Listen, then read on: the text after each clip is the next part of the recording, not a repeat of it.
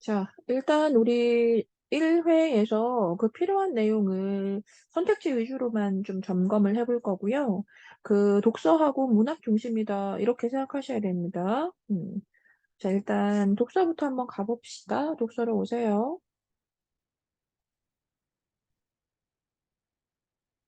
여기다. 지문은 뭐 스스로 잘 읽었을 거라고 보고요. 선생님이 선택지 한번 찾아볼게요. 자, 일단 17번 문제 보시고요. 그 보기는 식물 세포를 간단히 나타냈다. A를 참고해서 보기를 이해했을 때 틀린 게 하나 있답니다. 음. 그 왼쪽에 그 A 내용에서 참 자세하게 무언가 이제 과정이 설명되어 있었고, 그것이 이렇게 그림으로 이제 연결이 됐을 때 당황하지 마시고, 하나하나씩 좀 차분하게 연결해서 이해하려고 노력 한번 해보세요. 선생님이랑 찾아볼게요. 자, 일단 1번에 A의 공격. 자, A 효소인데요. 그 효소의 공격을 받으면 B의 일부가 분해된다. 이거 어때? 맞는 얘기지, 그지? 찾아볼까요? 음, 여기 있네요. 그러면 여기 있네. 자, 공격을 받은 세포벽이 분해가 된다. 보이죠? 자, 효소가 일단 그 안으로 들어가려고 세포벽을 공격하는데, 그러면 공격을 받은 세포벽은 분해가 된다. 그러니까 A의 공격을 받으면 B의 일부가 분해된다. 괜찮지, 그지?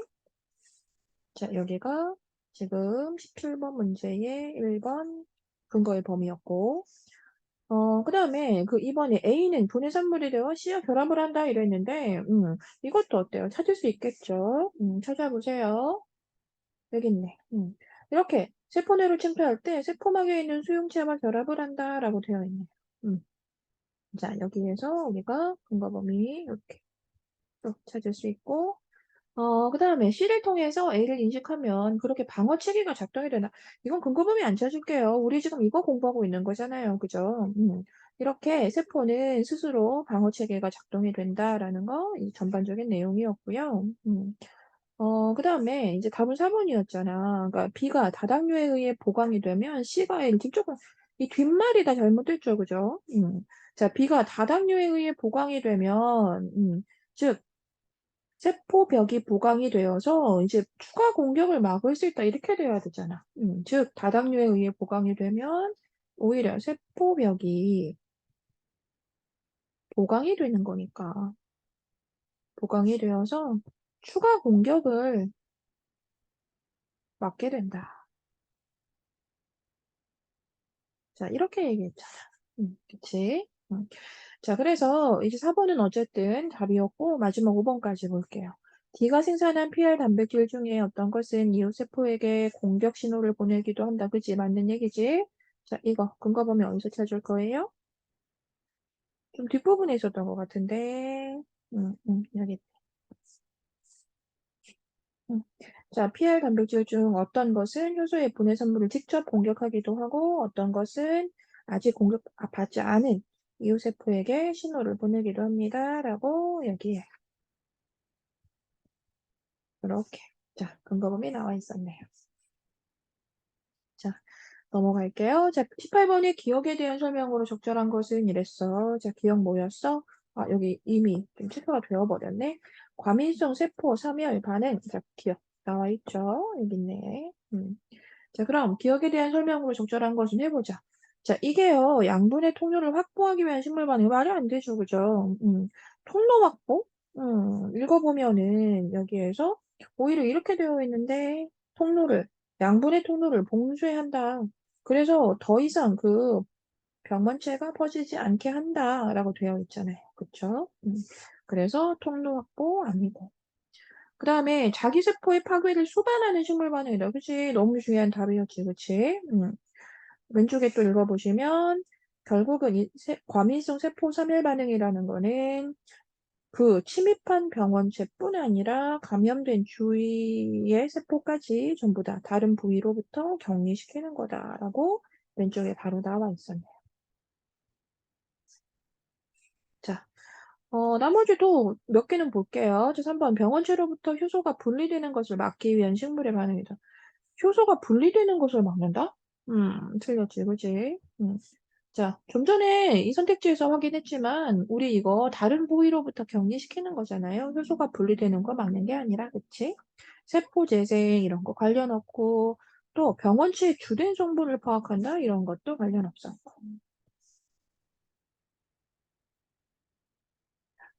선택지 이해 안 된 내용 없게 그렇게 반드시 좀 확인하세요. 자, 그 다음 봅시다.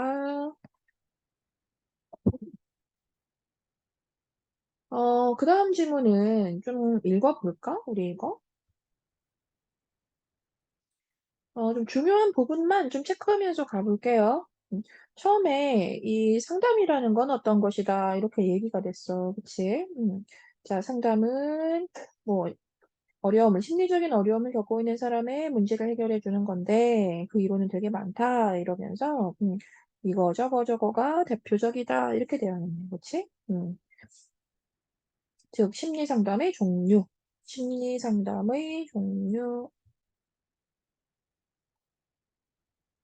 대표적인 그 종류. 세 가지를 얘기했고, 그 다음에 1890년대 프로이트 이제 사람 이름 나오잖아요. 그쵸? 이제 연도 나오면서 사람 이름 나왔고 같이 잡아주고, 이런 프로이트는 사람의 감정과 행동을 어떤 원인에 작용한 결과로, 즉 사람의 감정이나 행동을요, 어떤 원인이 작용한 결과로 봤대요. 자, 그래서 그 원인을 반드시 정신적인 것에 있겠지라고 찾으려고 했답니다. 그래서 정신적인 원인의 실체를 과거의 요런 거 중요해 보이다, 그지? 자, 과거의 경험들로부터 형성된 무엇을? 무의식에 두었다. 즉, 결국 그 정신적인 원인을 과거의 경험에서 찾으려고 했고, 그래서 그 과거의 경험이 어떤 무의식에 차곡차곡 쌓여가지고 문제가 됐나 보지, 그지? 자, 그래서 이제 이것이 정신분석적 상담이라고 했습니다. 뭐 기억이라고 되어 있으니까 체크할 필요는 없고. 자, 다음, 이에 따르면 상담자와 내담자가 오랜 시간 관계를 맺어야 되고요. 과거의 경험을 또 감정을 거리낌 없이 털어놔야 된대요. 과거의 경험을 막 털어놔야 되고, 그래서 상담자가 의미를 막 해석해 줘야 된대요. 그러면 내담자가 자신의 무의식을 이해하고 스스로 받아들이고 뭐 이러는 과정이 결국은 심리적 문제를 해결할 수 있게 한답니다. 자, 그 다음에 1940년대, 연도 바뀌고 새로운 사람 이름도 나오고, 그치? 자, 즉, 1940년대 로저스는 프로이트가 인간을 과거의 경험에 의해 형성된 수동적을 반발했다. 다음 줄 보면은, 자, 그것과 다른 생각을 가지고 있었대요. 그래서, 즉, 위와는 다른 형태의 어떤 그 심리상담이다. 이렇게 이해해줘야겠지? 자, 아무튼 그래서 반발해서 인간을 자신의 가능성과 잠재력을 발견하고 실현할 수 있는 존재로 간주하는 인간 중심적 상담을 주장했답니다. 자, 로저스는 프로이트와는 전혀 다르게 인간 중심적인 상담을 주장했대. 인간 중심적 상담에서는 사람을 외적으로 부여된 가치에 맞추어 살려고 하기 때문에 자기가 타고난 가능성, 그러니까 즉 외적으로 부여된 가치에 자꾸 맞추어 살려고 하다 보면 오히려 자기가 가지고 태어난 가능성이나 잠재력을 계속 발견을 못하고 그래서 사람이 좀 심리적으로 어려울 수가 있대요. 자, 그래서 상담자는 내담자를 대할 때 진솔한 태도, 그래서 전제나 조건 이런 거 달지 않고 계속 세심하고 정확하게 들어주는 공감적인 태도를 취해야 된다. 음. 그래서 이러한 태도를 일관되게 계속 유지를 하면 내담자가 자기 자신을 의미 있게 만드는 건 바로 나구나. 자, 이렇게 깨달음이 생긴대요. 자, 이렇게 공감적인 태도를 취하고 나면 스스로 나를 의미 있게 만드는 건 나구나라고 깨닫게 되어서 외적으로 부여된 가치를 스스로 해체해서 그그 문제를 스스로 깨닫고 또 스스로 이렇게 해체해가지고 그렇게 이제 해결할 수 있다는 그런 얘기였네요. 음. 그래서 이 인간 중심적인 상담은 그 좀 전에 했던 그 프로이트하고 다르게 상담 기법이 아니라 상담 태도. 자, 이게 훨씬 더 중요했답니다. 근데 이런 얘기가 이제 다음에 이어져. 그런데 정신분석적인 상담은 장기적으로 진행되어 좀 비효율적이래요. 다시 정신분석적 상담이 나왔어요. 프로이트의 이것은 좀 장기적이다 보니 비효율적이었다. 저 이거 어때? 그 프로이트가 가지고 있던 그 상담의 어떤 한계 뭐 혹은 문제점이다. 이렇게 얘기해줘야겠지. 음.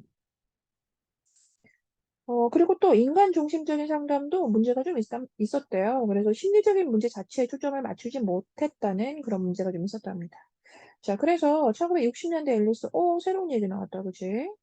자, 1960년대 앨리스가 심리적 문제 그 자체에 초점을 맞추면서도 단기적인 해결을 중요시하는, 즉, 위에 나타나 있던 그 한계나 문제점을 좀 해결할 수 있는 이제 그 또 다른 인지 행동적인 상담이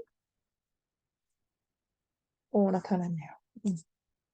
그럼 이제 우리는 무엇이 다른가 좀 봐줘야겠죠? 인지 행동적인 상담은 또 어떠한 특징이 있는가? 음. 일단 이것은 인간의 인지 방식에 초점을 맞추는 거래. 사람은 감정이나 행동을 어떻게 인지하고 받아들이냐에 따라서 영향을 받고 뭐 그렇답니다. 음. 그래서 이 정서적인 문제를 겪는 그 이유를 구체적 사건으로 본 게 아니라 그 사건을 인지하고 받아들이는 방식, 자, 무엇이 포인트인지 아시겠어요? 자, 인지하고 받아들이는 방식이 잘못된 거다. 이 잘못된 사고방식은 또 이렇게 비합리적인 신념들이 다 깔려 있는 거라서 비합리적인 신념이 무엇인지도 설명이 되어 있습니다. 반드시 뭐뭐 해야 한다. 혹은 결코 이건 아니야. 와 같은 그런 융통성이 없는 현실적으로 실현 불가능한 이런 좀 비합리적인 신념들이 결국은 영향을 이제 주게 되는 거래요. 그래서 상담자는 어떻게 해야 되냐면 이제 그 비합리적인 신념을 찾아 가지고 그게 부당하다고 적극적으로 그 사람과 논박을 해야 되고요. 그래서 합리적인 신념을 갖게 그렇게 변환시켜 줘야 된대요. 자, 그렇게 문제를 해결할 수 있다라는 내용이었어요. 자, 그러면 문제. 이렇게 지금 내용이 나왔는데 그럼 이 내용을 다 포괄할 수 있는 제목이 뭔가 자 이렇게 지금 문제가 나왔겠지. 자, 이 내용을 전부 다 나타내 줄 수 있는 그런 제목은 무엇이 있을까?인데 그 답은 우리가 봤지만 이거잖아요. 그쵸? 3번인데 일단 1번 같은 경우에 세 가지 상담 이론 맞아. 그치? 세 가지 상담 이론에 대한 얘기 맞아. 그럼 그것이 얼마나 신뢰도가 있고 정확한지에 대한 얘기다라고 하는 게 어떤 식으로 좀 나타나 줘야 하냐면 그 이론에 대한 것을 쭉 얘기를 해 주고 "이건 정말 신뢰성이 있어. 이건 정말 정확해." 자, 이런 식의 내용으로 끌고 간다는 거는 그게 실제 정말 그렇게 내담자를 상담해서 정말 뭐 이제 해결이 된 그런 구체적인 사례를 좀 얘기해 준다거나 아니면 뭐 통계 수치를 좀 얘기해 준다거나 그래야겠지. 그래야 이 세 가지 상담 이론은 얼마나 정확한지 그리고 얼마나 신뢰성이 있는 건지 인제 우리는 독자로서 이해할 수가 있겠지. 그런데 이런 거 제시했어 안 했어? 안 했잖아. 그지? 어 자, 아무튼 그래서 이제 1 번은 좀 헷갈렸을 것 같아서 얘기해 드렸고요. 그 3 번에 대표적인 상담 이론의 흐름과 특징 이렇게 되어 있는데 이 흐름이라고 하는 거 이런 게 언제 쓰는 말이냐면 좀 뭐 다 그렇진 않아도 좀 시대 순으로 뭔가를 나열할 때야. 음. 자, 시대 순으로 뭔가를 나열하는 것을 우리가 좀 그것이 어떻게 흘러갔는지를 보여준다. 자, 이렇게 얘기를 할 수 있게 되거든. 될 것 같습니까? 자, 그다음에 그 20 번의 기억과 니은에 대한 설명으로 적절하지 않은 것 이랬어. 자, 범위 확인해 보면 어때? 그 왼쪽에 기억 정신분석적 상담 프로이트 거고 그치? 그다음 니은 자, 이거 뭐였지? 인간 중심적 상담 노로저스 거다. 음. 그럼 기억에서는 심리적 문제의 원인을 무의식에 찾아서 어때? 자, 이거 키워드였던 거 맞아? 맞아.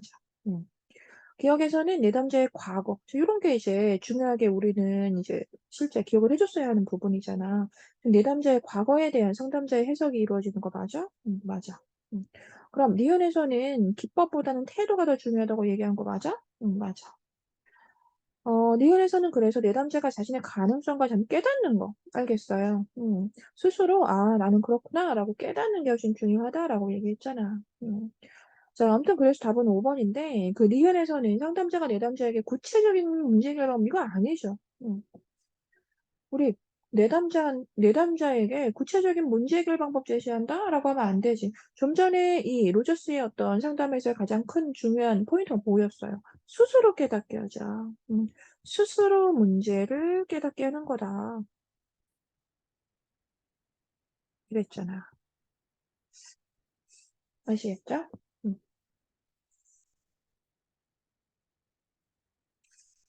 자, 이렇게 그 가해 사례가 나오면서 "이 중에 틀린 거 뭐냐." 자, 이랬어. 다 읽어 봤지?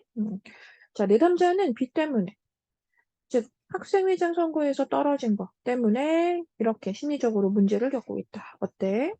맞지. 즉, A 같은 경우를 우리가, 요게 지금 이 내담자가 겪고 있는 심리적인 문제구나. 이렇게 이해해줘야 하잖아. 음. 그 다음, 상담자는 B가 가지고 온 긍정적인 효과를 가르쳐준다? 틀렸지. 음. B가 가져온 긍정적인 효과를 가르쳐주는 게 아니라 어때? 이 아이가 너는 반드시 당선돼야 한다. 즉, 어딘가에 좀 출마를 하면 반드시 당선돼야 한다라는 그런 비합리적인 신념을 가지고 있는 거잖아. 그러니까 결국은 이렇게 해결해줘야겠지. 상담자라면 그가 가지고 있는 이 비합리적인 신념이 무엇으로 바뀔 수 있게? 합리적인 심리로 바뀔 수 있게. 신념으로. 합리적인 신념으로 바뀔 수 있게. 그렇게 이제 도움을 줘야겠지. 그래서 반드시 당선돼야 한다라는 거, 그건 좀 비합리적이야. 모든 사람은 늘 당선될 수는 없는 거잖아. 선거라면 당선될 수도 있는 거고, 낙선할 수도 있는 거야. 라고 이렇게 합리적인 신념으로 좀 바꿔줘야겠지. 알겠죠? 두 번째 질문은 좀 읽어봤습니다. 넘어갈게요. 요거는 넘어갈 거예요. 경제 얘기가 좀 나왔어요. 경제 얘기가 나왔는데, 요거는 선택지 위주로 볼게요. 음, 그, 선택지 밑에 24번 문제 한번 보세요. 그 24번 문제에, 그래서 윗글에 이 중심 화제가 뭐냐, 이렇게 얘기했어. 제가 윗글에서 제 스스로 좀 읽어보셨죠? 그리고 기억이 안 나시면 잠깐 멈춰서 읽어보세요. 자, 윗글의 중심 화제가 뭐냐, 자, 이렇게 얘기했을 때, 이제 답은 2번이었잖아요. 그쵸? 음. 시장 집중률의 개념과 이게 개념이라는 말을 이해하기 어렵진 않을 거예요. 근데 이제 선생님이 친구를 보면은 의라는 말을 어떻게 정의해야 하나?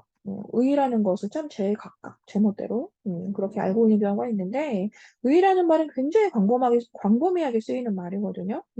즉 시장 집중률이 무엇인가 이야기했다는 거예요. 의라는 말은. 그래서 뭐 역할이라는 말로 비슷하게 쓰이기도 하고요. 결국은 의의라는 것은 시장 집중률이 무엇인지 얘기하고 있다 이거야. 무엇인지 밝힌다. 알겠죠? 그래서 시장 집중률은 이렇게 저렇게 중요해라고 얘기해도 그것의 의. 시장 집중률은 이러한 역할을 하는 거야라고 해도 결국 그것의 의. 이렇게 좀 광범위하게 쓰이거든요. 음.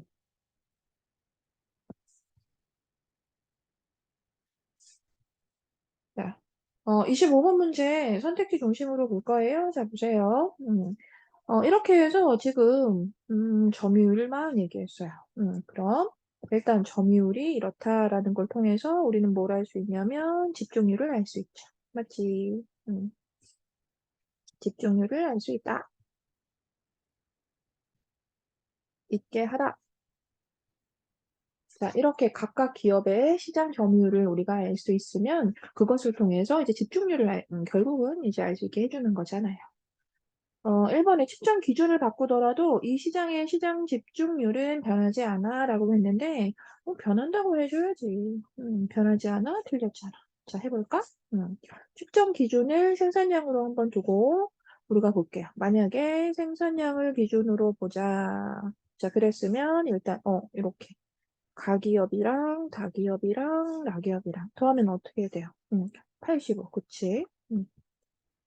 즉 생산량을 만약에 측정 기준으로 보자면 이렇게 85%가 되기 때문에 이제 그렇다면 우리는 어떤 결론?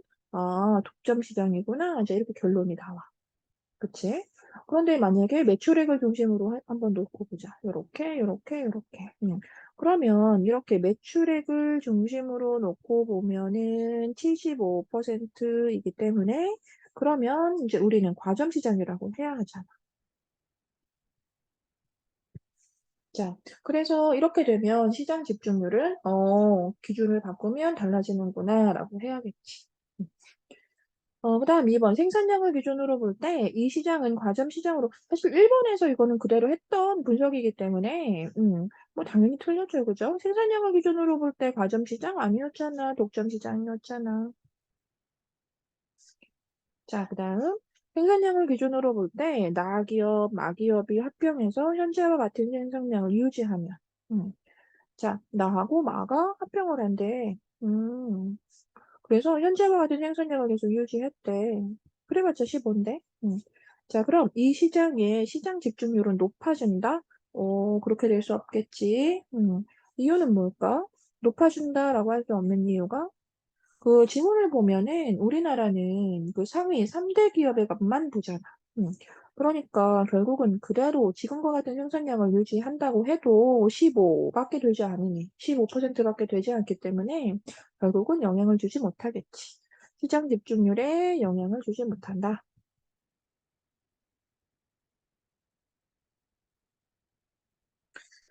그리고 이걸 왼쪽에서 좀 볼게. 아, 여기 왼쪽에 여기를 보세요.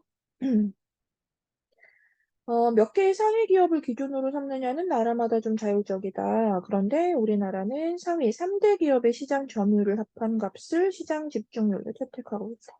보이죠? 음. 자, 그래서 영향을 주려면 이게 더해가지고 25가 좀 넘어가야겠죠. 그죠? 한 30 정도? 가 되면 시장 집중률에 영향을 좀 줄 수는 있겠네요.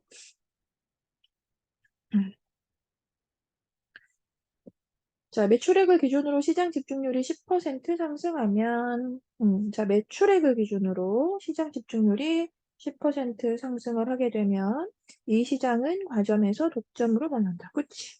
이거 1번 할 때 봤지만 매출액이 지금 현재 매출액을 기준으로 지금 75% 나오잖아요. 그러니까 10%가 상승하면 85%가 되니까 과점이 아니라 독점으로 바뀌겠죠. 여기 있네요. 왼쪽에. 음. 지금 어떤 산업에서 시장 집중률이 80% 이상이면 독점이 되고 60에서 80 사이이면 과점이고 60이 아예 안 되면 경쟁자 이렇게 되어 있잖아. 그러니까 75에서 10%가 올라가게 되면 당연히 우리는 과점이 아니라 독점이다. 자, 이렇게 얘기해야겠지. 자, 마지막까지 볼게. 매출액을 기준으로 볼 때 다기업하고 라기업의 시장 점유율이 지금의 2배가 됐다. 자, 매출액을 기준으로 볼 때 다하고 라가 지금의 2배. 와, 되게 많아지네. 그지? 지금의 2배가 되면 40이 되고 50이 되겠다. 자, 그러면 이 시장의 시장 집중력. 그러면 일단 이 1위, 2위, 1위하고 2위 기업만 더해도 벌써 90이 되거든. 그러면 시장 집중률은 낮아진다? 아니지, 높아진다? 이렇게 해야겠다.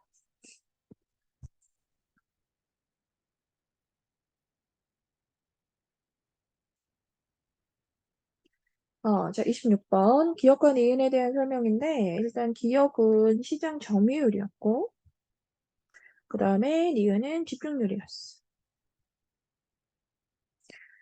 자, 그러면 볼게. 기업을 통해 불확실성이 보완된다? 아니죠, 그죠? 기업은 니은을 산출하기 위해 필요하다. 너무 중요한 말이지. 기업은 니은을 산출하기 위해 필요하다. 자, 이걸 우리가 이해했었어야지. 왜? 점유율을 알아야 점유율을 합할 수 있고, 그래서 그 값이 결국은 집중률을 우리가 알 수 있게 되는 거잖아. 그래서 점유율을 합한 값이 집중률이기 때문에 기억은 니은을 산출하려면 반드시 그 사전에 먼저 우리가 분석이 들어가줘야 하는 그런 수치가 되겠지. 사전 뜻풀이는 넘어가. 이제 그 다음 이제 마지막 독서 지문인데, 이제 이 마지막 독서 지문은 넘어갈게요. 음. 이제 그리고 이제 문학 부분이에요. 그 문학 부분은 일단 수업에 어떻게 우리가 참여를 잘 하는가가 가장 중요해요. 선생님이 이 문학에 대해서는 수업 시간에 계속 이야기를 하니까요. 일단 문학을 좀 지나갈 거고요. 그래도 좀 좋은 문제, 좋은 선택지, 우리가 공부해줘야 할 만한 것들 위주로만 간단하게 좀 얘기할 거예요. 지문 분석은 안 하고요. 그래서 나는 어디로 갈 거냐면, 이거. 이 현대소설로 잠깐 올게요. 아, 좋은 소설이었어. 그지? 음.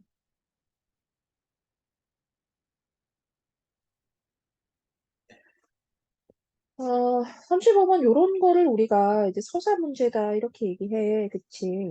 선택지가 다 그렇다. 그지? 스토리잖아요.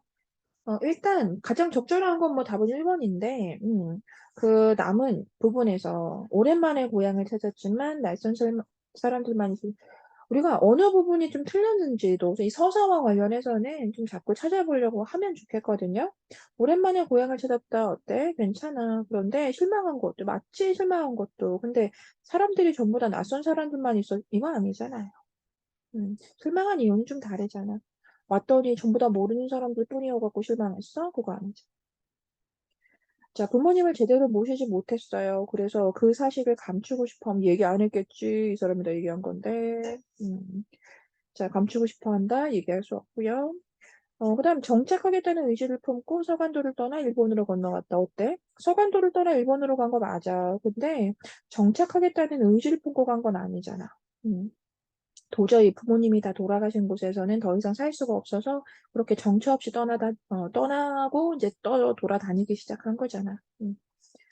그다음 일본을 떠나 귀국한 거는 고향에 이것도 아니잖아. 고향에 가게 된 건 일자리 때문에 간 거야? 기대해서? 아니지. 음. 너무나 외로운 마음이 들면 그렇게 고향에 한 번씩 이렇게 생각이 나서 이제 가보기도 하고 그렇다는 이야기가 나왔던 거지. 그치? 자, 서사와 관련해서 문제 맞았으면 좋은데 틀렸으면 반드시 왜 틀렸는지 다시 한번 읽어보고 찾아보려고 노력해야 돼요. 그리고 이런 거, 그 A, 뭐 앞부분에 있었나 본데, 그 A가 가지는 그 서사적인 기능 다 5번이었잖아. 그치? 뭐 1, 2, 3, 4, 뭐다 틀려가지고 뭐 설명할 가치가 없고, 그 마지막 5번에 사건이 일어나게 된 배경, 사건이 벌어지게 된 배경을 제시했다. 그럼 여기서의 이 사건이 벌어지게 무슨 사건으로 봐야 하는 걸까, 대체? 떠돌아다니게 된 이유겠지. 이 그라는 사람이 왜 이렇게 혼자 혈혈단신으로 떠돌아다니게 되었는지, 그 이유를 얘기했다라고 우리는 이해해줘야 하잖아. 떠돌아다니게 된 이유. 아시겠죠? 자, 그래서 4, 5번이었고요. 37번 문제. 좋은 문제지. 일단 그 2, 3, 4, 5 같은 경우에도 좀 읽어보세요. 1번이 틀렸다고, 바로 틀렸다고 이해했다면 뭐 그냥 답을 골랐겠지만 2, 3, 4, 5 같은 경우가 참 좋은 말들이에요. 일단 그 농민에 대한 이런 그들의 횡포가 결국은 어떤 식으로 의미화가 되니 일본의 폭력적인 식민 지배가 관한 폐단을 보여줬다. 큰 문제점을 잘 보여줬다. 폐단이라는 단어 몰랐다면 꼭 찾아보시고. 자, 즉 37번 문제 우리가 이런 걸 의미화라고 합니다. 자, 즉 농민에 대한 그들의 횡포는 결국 폭력적 식민 지배가 낳은 너무나 큰 패단이었다라고 얘기할 수 있고, 또 극악 겪은 서간도에서의 삶과 일본 탄광에서의 노동 등은 결국 작가가 접한 해외 동포들의 비극상의 바탕을 두었겠지? 어때?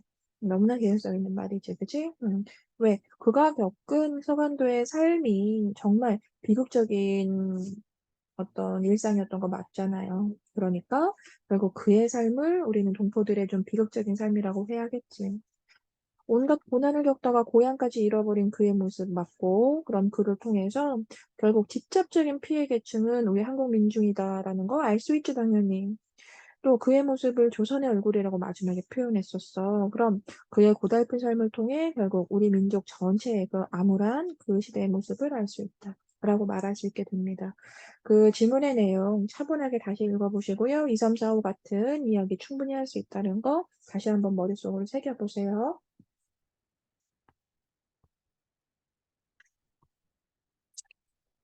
그리고 시 같은 경우도 그래요. 이제 앞으로 은쌤이랑 이제 이런 현대시들을 정말 스스로 잘 읽을 수 있고, 그래서 문제를 틀리지 않을 수 있게 그렇게 하는 게 우리의 목적이기 때문에 지금 틀린 거 어쩔 수 없습니다. 그리고 지문 분석하지 않을 거고요. 자, 그래도 선택지에서 필요한 내용만 좀 근거 범위 찾아볼 건데요. 일단 38번에 그 대꾸의 방식을 통해서 뭐 리듬감 형성했다 뭐 이랬잖아. 그치? 이거 둘 다 아니에요. 자, 둘 다 얘기할 수 없고. 그리고 동일한 종결음이 반복한다. 자, 이게 일단 가는 안 되는데 나는 괜찮아. 음. 가에서는 동일한 종결음이라고 뭐 말할 수 있는 게 없어요. 그쵸? 뭐 어디 있어? 종결음이가? 음. 뭐 없어요. 그죠? 뭐 다라도 뭐 두 번 쓰든가 막 그래야 되는데 뭐 없어. 근데 이제 나에서는 괜찮죠.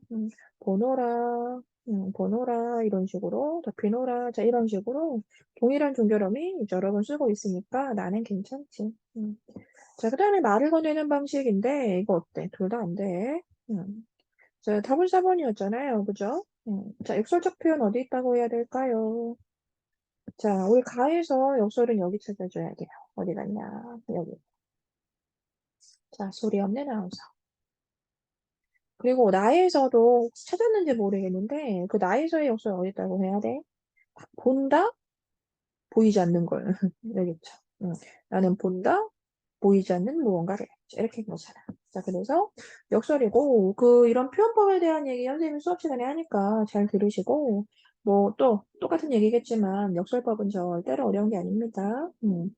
역설법 자체는 좀 문학성을 가지지 못한다고 선생님이 이야기했었고, 그 역설법 자체가 좀 반어랑 같이 연결해서 선생님이 이야기할 때 역설법은 중학교 거다.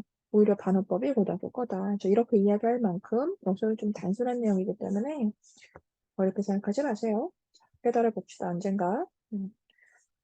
자, 그 다음에 이제 5번에 계절적 배경을 드러내는 시어. 자, 이거 어때? 가에 없잖아. 나이는 괜찮지. 나이는 뭐 대놓고 겨울이라고 하지 않나?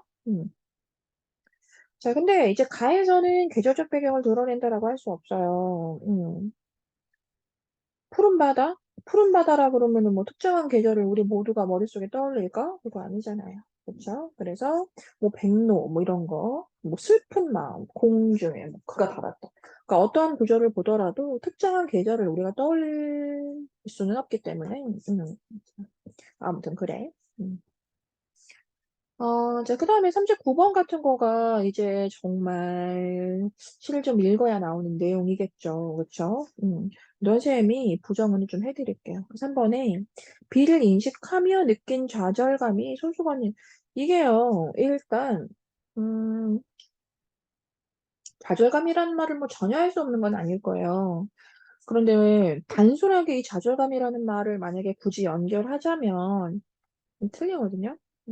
그래도 뭐 충분한 내용을 잘 이렇게 빌드업을 해가지고 뭐 좌절감이라는 말을 연결해서 쓸 수는 있을 것 같아요. 자, 근데 어찌됐든 이 시에서 이 좌절감이 나타나 있다라고 하시면 안 되고요. 그래도 이런 뭐 좌절감이라고 하는 부분을 그나마 좀 연결해서 이 시를 풀어낼 수 있는 거. 왜냐하면 이게 결국은 이 한계를 지닌 존재, 인간은 모두 한계를 지니고 있는 거야라는 내용을 부분적으로 가지고 있거든. 그러니까 이 한계를 지닌 그 내용을 좀 부분적으로 좌절감이라는 말로 어떻게 연결해서 풀 수 있을 것 같긴 합니다만, 적어도 그러려면 손수건은 안 돼요. 그런데 한데.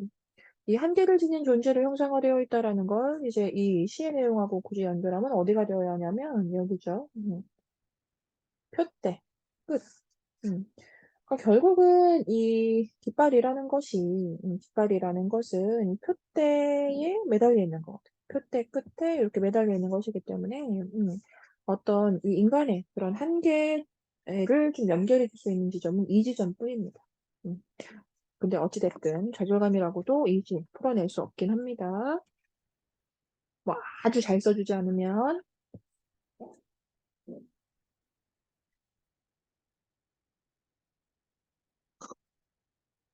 40번. 나에 대한 감상으로 틀린 거 찾아라 이렇게 됐는데 일단 답 4번이잖아요. 나머지 다 괜찮아. 괜찮고 그 4번에 이렇게 생각해야 돼요. 그 위대한 장막을 지키겠다라고 하는 건 쌓이는 눈더미의 험난을 그러니까 이 시가 의지라는 태도를 연결할 수 없는 건 아니에요. 의지라는 것을 연결할 수 없다. 이게 아니야. 그건 아니고 다만 이 쌓이는 눈더미의 험난함 여기 즉, 눈이 이렇게 쌓이는 것을 험난함으로 봐야 하는가의 문제인데, 여기가 아니야. 즉, 쌓이는 눈더미는 부정적인 의미로 해석할 수 있는 게 아니거든. 알겠어? 그 그리고 지금 선생님이 이렇게 선택지를 보고 있지만 이해가 안 될 수 있어요. 당연한 겁니다, 그건. 수업 시간에 잘 들으세요. 자, 그렇게 해서 우리가 시를 필요한 만큼 읽을 수 있게 실력을 잘 키워주는 게 중요한 거예요. 알겠죠? 지금 사람마다 이해가 잘 되지 않더라도 앞으로 좀 시간을 좀 충분히 가져봅시다. 마지막 이제 이 고전시 정도로 이제 마무리를 할 건데, 이것도 뭐 지금 뭐 내용 설명을 다 하진 않을 거고요.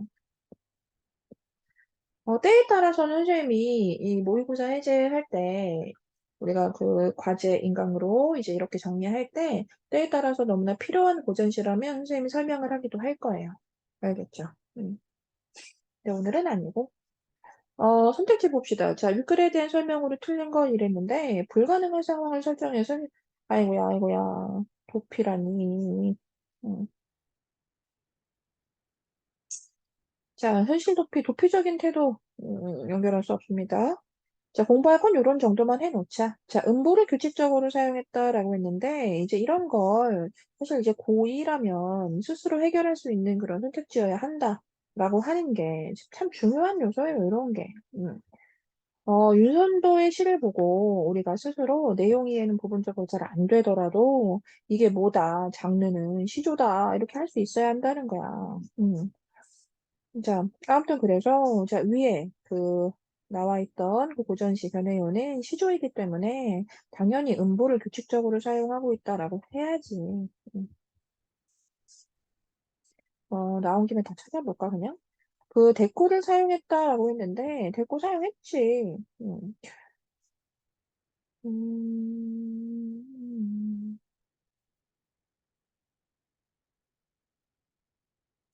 사실 그 대꾸가 그 선생님마다 좀 범위가 다를 수 있어요. 그래서 가장 선명한 지점을 좀 찾아볼게. 가장 선명한 지점을 찾으면 여기에요. 음. 산은 길고 길고 물은 멀고 멀고 어버이 그린 뜻은 많고 많고 하고 하고. 음. 물론 그 위에도 대꾸가 부분적으로 선생님은 보입니다만 누구도 부정할 수 없는 그 대꾸의 범위는 여기일 것이고. 음. 그다음에 그 4번에 그 의문의 형식을 사용하고 있다라고 했는데 의문의 형식 아이고야. 이거는 단순히 의문형 종결어미만 쓰면 되잖아 그냥.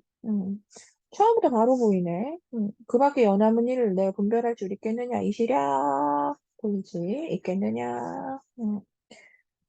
한국 사람이니까 이해할 수 있어 몇 번 들으면 있겠느냐. 음. 자, 즉 의문형인 거 맞고. 그다음 5번 같은 경우는 얘기 안 할게요.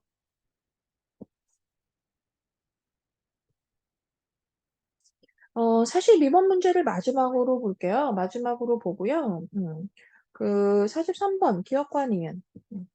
그 구절만 선생님이 좀 풀어볼게요. 기억과 니은의 구절만. 음. 일단 기억이 이렇게 한 거예요. 추성 진호루 밖에 우러가는 저 시내야. 시내문, 문. 추성 진호루. 에이, 몰라도 괜찮아. 자, 밖으로 울며 가는 흐르는 저 시냇물아. 자, 이렇게 불렀잖아. 그치? 시냇물을 이렇게 울며 흐르는구나. 너도 참 울며 흐르는구나. 이렇게 불렀단 말이야. 자, 우리가 이제 평소에 이걸 이제 구체적으로 사실 여기는 지금 이렇게 단순하게 물어봤지만 이제 이것도 우리 스스로 아, 이거 감정이입이구나. 이렇게 알아야 하거든. 또 니은도 마찬가지야. 니은도 외기러기가 울며 간다. 이렇게 됐거든. 근데 외기러기가 울며 간다. 이것도 뭐야? 그거 울고 싶은 건 자기잖아. 음. 부모님 보고 싶어요. 막 울고 싶은 건 자기거든. 그러니까 외기러기가 울며 간다라고 하는 것도 요것도 지금 화자의 감정이입이란 말이지. 아무튼 그래.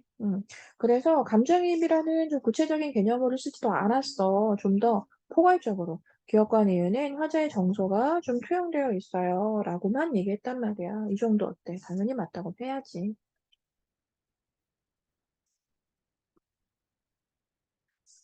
자, 42번인데, 이제 요런 게 조금 어렵지 않았을까 싶어. 그리고 보기를 좀 읽어줘야 했던 거 맞습니다. 자, 보기를 좀 읽어줘야 했고요. 뭐 일단 답은 3번이니까 제 3수에서 그 3수에서 임을 향한 내 뜻은 지금 뭐 그치지 않는다 이랬거든. 지금 임을 향한 내 뜻은 지금 그치지 않아. 음. 그럼 일단 여기에서 이 임은 누구로 봐야 되는 거야? 이거 부모님이야? 아닌데? 음. 임금인데? 음.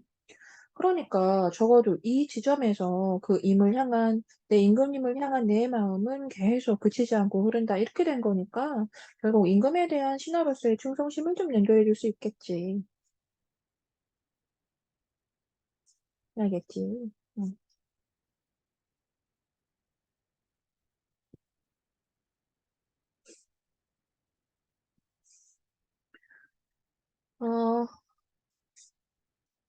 어, 좀 빠르게 끝났네요. 자, 오늘 여기까지 볼 거고요. 자,